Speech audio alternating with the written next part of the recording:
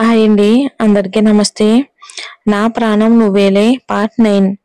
ప్రణవ్ మనసులోనే నన్ను పాలేరులా మొక్కలు తెప్పించమని తీయించమని పని చెప్పి మళ్ళీ రెడీ అవ్వలేదంటావా అని కోపంగా అశ్వత్ వైపు చూస్తాడు. చూసింది చాలు గాని వెళ్ళి రెడీ అయ్యిరా అంటాడు అశ్వత్. ఇంకా ప్రణవ్ వచ్చాక ముగ్గురు కలిసి బయలుదేరి ఆఫీస్కి వెళ్తూ సిగ్నల్ పడడంతో కారు ఆపుతుంది కృతి. వీళ్ళకి కొంచెం దూరం నుంచి ఒక అతను కొన్ని ఫొటోస్ తీస్తూ ఉంటాడు. ఇక అశ్వత్ గుండెలపై చేయి పెట్టుకుని చుట్టూ చూస్తాడు. కానీ అంతా మామూలుగానే ఉండడంతో నార్మల్ అవుతాడు. అతడు తీసిన ఫొటోస్ చూసి నవ్వుతూ అక్కడి నుండి వెళ్తాడు. కృతి ఆఫీస్ దగ్గర కారు ఆపుతుంది. అశ్వత్ ప్రణవ్ కారు దిగి లోపలికి వెళ్తూ ఒక్కసారిగా అశ్వత్ ఆగి వెనక్కి తిరిగి చూస్తాడు. ఆటో కోసం వెళ్తున్న కృతిని చూసి రేయ్ తన్ని ఆగమని చెప్పు అంటాడు. ప్రణవ్ ఎందుకురా అంటాడు. అశ్వత్ కోపంగా చూడటంతో పిలవమని చెప్తే పిలుస్తాగా దానికి అంత కోపం ఎందుకు అని కృతిని పిలుస్తాడు. ఏంటన్నయ్య అంటుంది ప్రణవ్ అశ్వత్ వైపు చూస్తూ. అశ్వత్ కృతికి కీస్ ఇచ్చి పార్కింగ్ ఏరియాలో ఉన్న కొత్త స్కూటీని చూపిస్తాడు. కృతికి అర్థం కానట్లు చూస్తుంది. ప్రణవ్ ఆ స్కూటీ నీకేరా కీస్ తీసుకో అంటాడు. నాకెందుకు అన్నయ్య నాకొద్దు, నేను కష్టపడిన డబ్బుతోనే స్కూటీ కొనుక్కుంటా, కానీ ఎవరో దయ తెలిచిస్తే నేను తీసుకోలేను అంటుంది. తను మొదటిసారి ఇచ్చిన గిఫ్ట్ కాదన్నందుకు బాధగాను. ఊరికే వచ్చే వాటి మీద ఏ మాత్రం ఆశపడిన కృతిని చూసి సంతోషం, రెండు రకాల ఫీలింగ్స్ వచ్చేసాయి అశ్వత్కి. నీకు ఊరికే ఇవ్వట్లేదులే, మంత్లీ నీ శాలరీలో నుండి కట్ అవుతుంది, నీకు ఊరికే ఇవ్వడానికి డబ్బులేమి చెట్లకు కాయటం లేదుగా అంటాడు సీరియస్ గా. నాకు ఇప్పుడు స్కూటీ అవసరం లేదు అంటుంది. నీకు లేకపోవచ్చు, నాకుంది అంటాడు అశ్వత్. ఆ మాటకు కృతితో పాటు ప్రణవ్ కూడా అర్థం కానట్లు చూస్తాడు. తను కాలేజ్ నుండి వస్తే లేటుగా లేదంటే ముందే వచ్చేస్తుంది. కరెక్ట్ టైంకి రావాలంటే ఆ స్కూటీ అని కృతి వైపుకు చూసింది చాలు, ఇక వెళ్ళు, ఈవినింగ్ కరెక్ట్ టైంకి రా అని అని ప్రణవ్ కోసం చూడకుండానే ఫాస్ట్ గా తన క్యాబిన్ లోకి వెళ్తాడు. ప్రణవ్ వాడు ఇండియా వచ్చిన వేళ విశేషం ఏమో బాగున్నట్టుందమ్మా, అందుకే వాడిలో చిన్నగా మార్పు వస్తుంది అనుకుని కృతి వాడి జీవితంలో, అది ముఖ్యంగా ఆడపిల్లకి ఇవ్వటం ఇదే ఫస్ట్ టైం కాదనకు ప్లీజ్ నా కోసం అంటాడు. ఇక ప్రణవ్ కూడా అంతగా అడిగేసరికి కాదనలేక సరే అని తీసుకుని బయలుదేరుతుంది కాలేజ్కి కృతి. ఇదంతా తన క్యాబిన్ విండోలో నుంచి చూస్తున్న అశ్వత్ కృతి స్కూటీ తీసుకువెళ్తూ ఉంటే హ్యాపీగా ఫీల్ అవుతాడు బాబు గారు. కృతి కాలేజ్కి వెళ్ళేసరికి గేటు ముందు గుంపులు గుంపులుగా జనం నిలబడి ఉంటారు. ఏమైందబ్బా అని లోపలికి వెళ్ళి చూసి అలా నోరు తెరుచుకుని చూస్తూ ఉంటుంది కృతి నిశిత, ఏంటి తెల్లవారేసరికి మన కాలేజ్ ఇలా మారిపోయింది అంటుంది. అవునే, అదే నాకు అర్థం కావట్లేదబ్బా, 5 స్టార్ హోటల్లో ఉంది, నైట్కి నైట్ ఇలా మార్చడం ఎలా సాధ్యం అంటుంది నిశిత. ఇంతలో ప్రిన్సిపల్ వచ్చి హాయ్ స్టూడెంట్స్, మీ కన్ఫ్యూజన్ నాకు అర్థమైంది. కొన్ని కారణాల వల్ల ఈ college Nanda groups of CEO Ashwath Nanda గారు ఈ కాలేజ్ కొన్నారు. ఇక మీరు మీ క్లాసులకి వెళ్ళండి అంటాడు. కృతి నిన్న నితేష్ని కొట్టారు, ఇది నితేష్ వాళ్ళ కాలేజు, కానీ నైట్కి నైటే కాలేజ్ నేమ్ కూడా మార్చి అశ్వత్ గారు ఎందుకు కొన్నట్టున్నారు అని అన్నయ్యకి ఫోన్ చేస్తే తెలుస్తుందేమోనని ప్రణవ్కి కాల్ చేస్తుంది. ప్రణయ్ ఫోన్ చూసి ఏంటి కృతి ఈ టైంలో కాల్ చేస్తుంది అంటాడు. అశ్వత్ లిఫ్ట్ చేసి స్పీకర్లో పెట్టు అంటాడు. ప్రణవ్ ఫోన్ లిఫ్ట్ చేసి స్పీకర్లో పెట్టి చెప్పరా ఏంటి కాలేజ్కి వెళ్ళలేదా అంటాడు. అన్నయ్య నైట్కి నైటే సారు మా కాలేజ్ ఎందుకు కొన్నారు అంటుంది కృతి. ఇంకో ఆడపిల్ల వాడి వల్ల ఇబ్బంది పడకూడదని కొన్నా, నీకేమైనా అభ్యంతరమా అంటాడు. మీ డబ్బు మీరు పెట్టుకుంటే మధ్యలో నాకేం అభ్యంతరం ఏముంటుంది సార్ అంటుంది.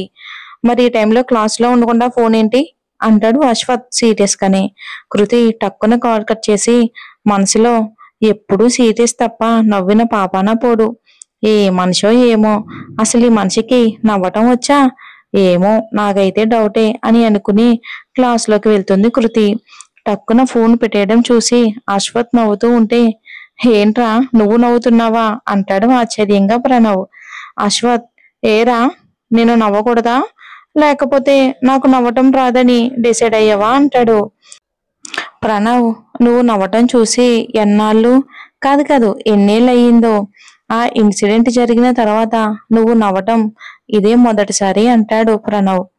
అశ్వత్ నవ్వటం ఆపి బాధగా తన పర్సనల్ రూమ్ లోకి వెళ్తాడు.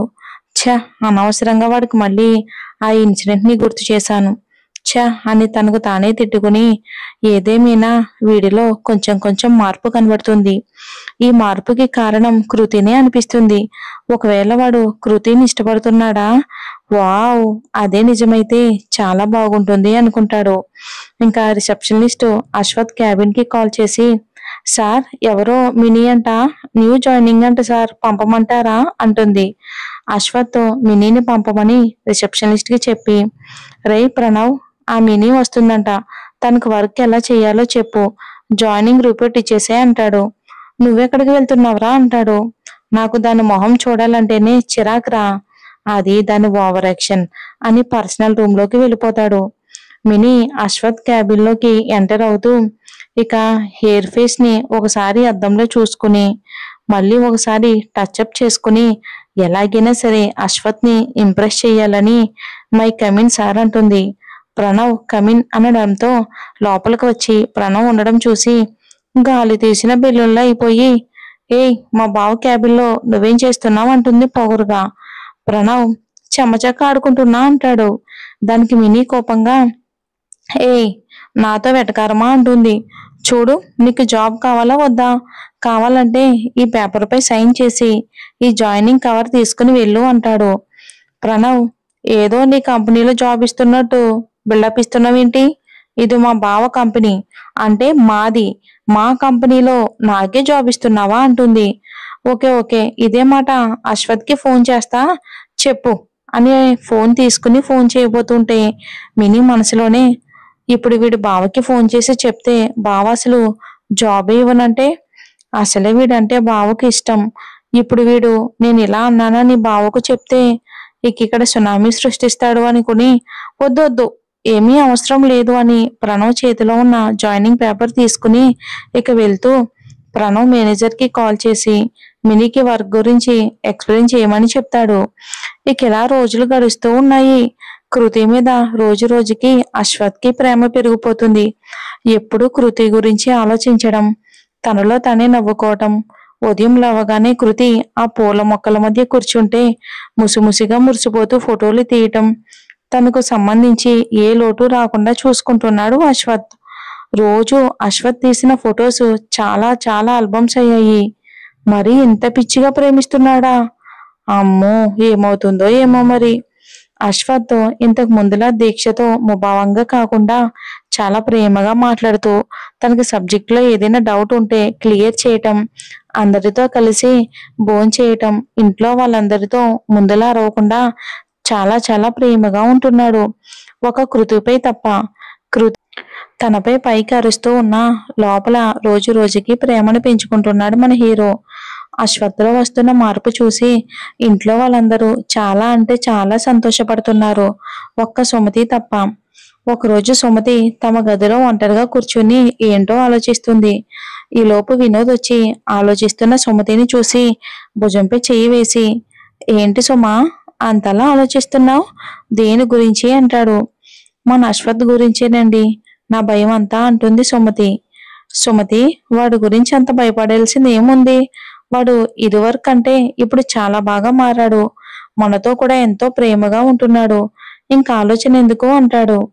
ఏంటండి, అన్నీ తెలుసు కూడా మీరు ఇలా మాట్లాడుతున్నారు?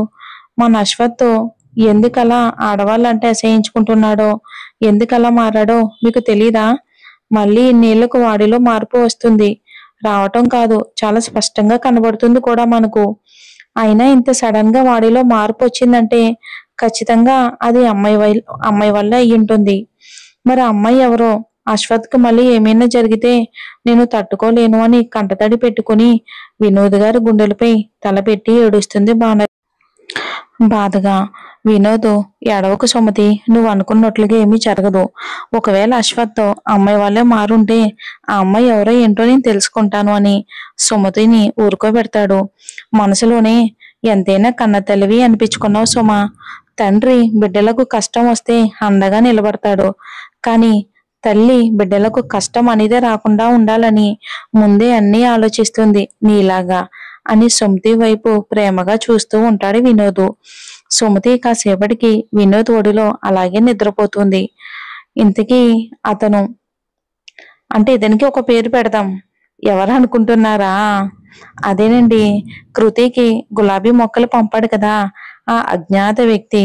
ఆ ఎస్, అజ్ఞాత వ్యక్తి అని పెడతాం. ఆ వ్యక్తి ఎలాగైనా కృతిని కలవాలని చాలా ట్రై చేస్తుంటాడు. కానీ కృతి కాలేజ్కి ఇంటికి తప్ప ఎక్కడికి వెళ్ళడం లేదు. కాబట్టి అతనికి కుదరడానికి వీలు లేదు. కాబట్టి సమయం ఎప్పుడు దొరుకుతుందా, ఎప్పుడు కృతికి తన ప్రేమ విషయం చెప్దామా అని వెయిట్ చేస్తున్నాడు ఆ వ్యక్తి. అది గిద్దలూరు. వైభవ్ ఆరోగ్య పరిస్థితి బాగా చెడిపోవడంతో వైభవ్ నానమ్మ డాక్టర్ని పిలిచింది. డాక్టర్ వైభవ్ని చెక్ చేసి వైభవ్ నానమ్మ దగ్గరికి వెళ్ళి, మాలిని దేవి గారు, మీ మనవడి ఆరోగ్య పరిస్థితి ఏం బాగోలేదు. అతను మెంటల్లీ పదే పదే దేని గురించో ఆలోచించి డిప్రెషన్లోకి వెళ్ళాడు. ఇలాగే ఉంటే పిచ్చివాడయ్యే అవకాశం ఉంది. కాబట్టి మీరు వెంటనే హైదరాబాద్కి తీసుకుని వెళ్ళి ట్రీట్మెంట్ ఇప్పిస్తే మంచిదని చెప్పి వెళ్ళిపోతాడు. ఇక మాలిని వైభవ్ దగ్గరికి వెళ్ళి పక్కనే కూర్చుని ఏడుస్తున్న వైభవ్ తల్లిని చూసి, ఎందుకే ఎందుకు ఏడుస్తున్నావు? అసలు వాడికి పరిస్థితి రావటానికి నువ్వే కారణం. ఆ రాక్షసిని ఇంట్లో తెచ్చిపెట్టి ఇప్పుడు వాడు ఇలా అవటానికి కారణం అయ్యావు అని రాగిణిని తిట్టి పని వాళ్ళని పిలిచి హైదరాబాద్ వెళ్ళటానికి ఏర్పాట్లు చేయండి అని చెప్పి తన గదిలోకి వెళ్ళిపోతుంది మాలిని. ఇక అశ్వత్ కోపంగా గట్టిగా ఇల్లు దద్దరిల్లేలా చేసరికి ఇంట్లో అందరూ హాల్లోకి వస్తారు. కృతి భయంగా ప్రణవ్ వెనకాల నిలబడి ఉంటుంది. ఇక మినీ భార్గవికి మాత్రమే వినపడేలా, అత్త, బావ కోపం చూస్తూ ఉంటే ఇదేదో బావకు కోపం తెప్పించే పని చేసినట్లుంది. బావ దాన్ని ఖచ్చితంగా బయటికి గెంటేస్తాడేమో అత్త అంటుంది మినీ భార్గవికి మాత్రమే వినపడేలా. భార్గవి, అదే జరిగితే అంతకంటే ఆనందం ఉంటుందా? ఎన్ని రోజుల నుంచో దాన్ని ఇంట్లో నుంచి పంపడానికి ట్రై చేస్తున్నాను. ఈ రోజుతో దాని పీడ విరగడవుతుంది అంటుంది. ప్రణవ్ వెనుకే భయపడుతూ నిలబడిన కృతిని చూసి, వినోద్, ఏంట్రా కృతి ఏం చేసిందని తను భయపెడుతున్నావు అంటాడు. అశ్వత్ కోపంగా, ఏం చేసిందా అని ఎర్రబడిన కళ్ళతో కృతి వైపు చూస్తూ, చెప్పు ఏం చేశావో అడుగుతున్నారు కదా అంటాడు. కృతి భయపడుతూనే, నేనేం చేయలేదు అంటుంది. చెప్పు, కొట్టేనంటేనా? చేసిందంతా చేసి మళ్ళీ నేనేం చేశానంటావా అమాయకంగా అని కృతిని కొట్టడానికి వెళ్తాడు. కృతి ప్రణవ్ వెనకాల నిలబడి షర్ట్ని గట్టిగా పట్టుకుని కళ్ళు మూసుకుంటుంది. ఇంకా కృతి బాగా భయపడుతుందని అర్థమై, నువ్వు వెళ్ళరా అంటాడు ప్రణవ్. కృతి అశ్వత్ని చూస్తూ భయంగానే అడుగులు అడుగు వేసుకుంటూ వెళ్తూ ఉంటే భార్గవి, ఏయ్ ఆగు అంటుంది. ఏంటి అన్నట్టు అందరూ భార్గవి వైపు చూస్తారు. భార్గవి, అందరూ నా వైపు చూస్తారేంటి? అశ్వత్కి అంత కోపం వచ్చిందంటే తను ఏదో పిచ్చి పని చేసే ఉంటుంది. అది తెలుసుకుంటే బాగుంటుందని ఆగమన్నాను అని సుమతి వైపు చూస్తుంది. సుమతి కూడా కృతి వైపు చూస్తుంది.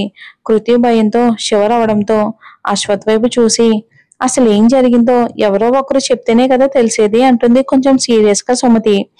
అశ్వత్, నాకు ఆఫీస్లో అర్జెంట్ వర్క్ ఉండడంతో ఈ రోజు టెండర్ ఉండడంతో ప్రణవ్ని పంపాను. ఏదో కారణాల వల్ల టెండర్ ఆపేశారని కాసేపటికి మొదలు పెడతారని ప్రణవ్ అక్కడే ఆగిపోయాడు. కానీ ఎంతసేపైనా టెండర్ స్టార్ట్ కాకపోవడంతో అక్కడ జరిగేది చూస్తే తనకేదో డౌట్గా ఉందని నన్ను రమ్మన్నాడు. నన్ను రమ్మని కాల్ చేయటంతో నేను అని ఆగి కోపంగా కృతి వైపు చూసి, ఈవిడ గారికి ఫోన్ చేస్తే తన ఫ్రెండ్ నిషిత లిఫ్ట్ చేసింది ఫోను. నిషిత, హలో సార్ అని అంటుంది. అశ్వత్, అదేంటి ఫోన్ నువ్వు లిఫ్ట్ చేసావు, కృతి ఏది అని అడుగుతాడు. నిషిత, కృతి హాస్పిటల్కి వెళ్తున్నానని కంగారులో ఫోన్ వదిలేసి వెళ్ళింది అంటుంది. అశ్వత్, హాస్పిటల్కా? ఎందుకు? తనకు ఒంట్లో బాగోలేదా? అదేంటి సార్, మీకు విషయం తెలీదా? ప్రణవ్ అన్నయ్యకి యాక్సిడెంట్ అయ్యిందంట కదా అంటుంది. ఆ మాట వినగానే అశ్వత్, వాట్ నాన్ సెన్స్, ప్రణవ్కి యాక్సిడెంట్ అవడం ఏంటి? అలా అని మీకెవరు చెప్పారు అంటాడు. ఉదయం క్లాస్ జరుగుతూ ఉండగా ఎవరో ఒక అతను వచ్చి ప్రణవ్ గారికి సిటీ హాట్స్కట్ దగ్గర యాక్సిడెంట్ జరిగితే విఎన్ఏ హాస్పిటల్లో అడ్మిట్ చేశామని చెప్పి కృతిని తీసుకుని వెళ్ళారు సార్ అంటుంది. నిషిత, మీ ఇద్దరికి కాస్తైనా బ్రెయిన్ పనిచేస్తుందా? సిటీ హౌస్ కట్ లో యాక్సిడెంట్ జరిగితే దారిలో అన్ని హాస్పిటల్స్ పెట్టుకుని సిటీకి సెంటర్ లో ఉన్న విఎన్ఏ హాస్పిటల్ కి ఎందుకు తీసుకెళ్తారు? కాస్తైనా ఆలోచించే పని లేదా అంటాడు కోపంగా. నిషిత, అంటే వాళ్ళు అబద్ధం చెప్పారా సార్? ప్రణవ్ అన్నయ్యకి మరి ఏం కాలేదా అని అంటాడు. మరేం జరుగుతుందో వచ్చే ఎపిసోడ్ లో చూద్దాం. Thanks for watching.